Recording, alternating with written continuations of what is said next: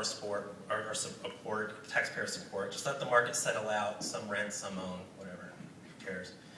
Banks should not be allowed to sell mortgages into the secondary market that they've originated without holding a large portion of those same types of mortgages on their own balance sheet.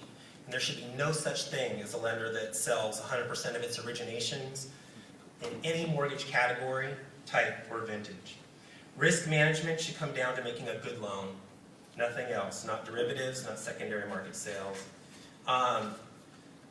Loans that have interest only or negatively amortizing or any other teaser rate feature should be outlawed. And as should mortgages with greater than 30-year terms. America can show, anyway, we can go on. It should be a national law that banks must require at least a certain set amount, 10%, 15% down on any home purchase, excluding second mortgages.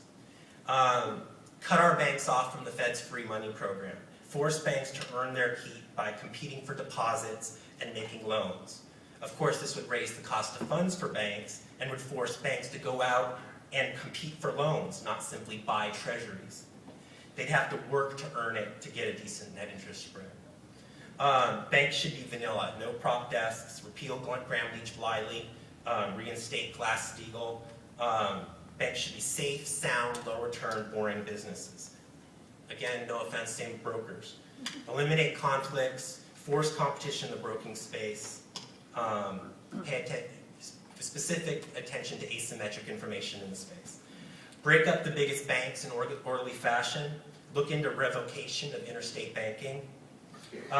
There's nothing natural about how the big banks were created today. Go back to pre-1963, revoke the right of public police to unionize. Never going to happen. Make a concerted effort to prosecute securities cases to the fullest extent of the law. Don't settle for 100 million, 200 million, 500 million after a bank has made billions doing something. It doesn't do anything. If you find wrongdoing on Wall Street, prove it in court and murder them. Take them apart if you can prove it. Rein in the Federal Reserve, force Congress to think, force the president to have some common economic sense. Just be apolitical. I mean, Bush, Obama, I don't know, you can go back a ways and they don't have any economic sense. Let's see.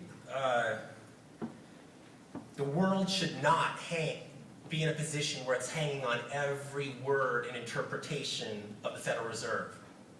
I mean, it's just ridiculous. It's ridiculous that this is the state we're in.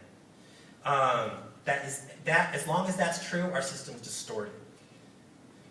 You can profit off it, but it's distorted. Anyway, last point, that would do it.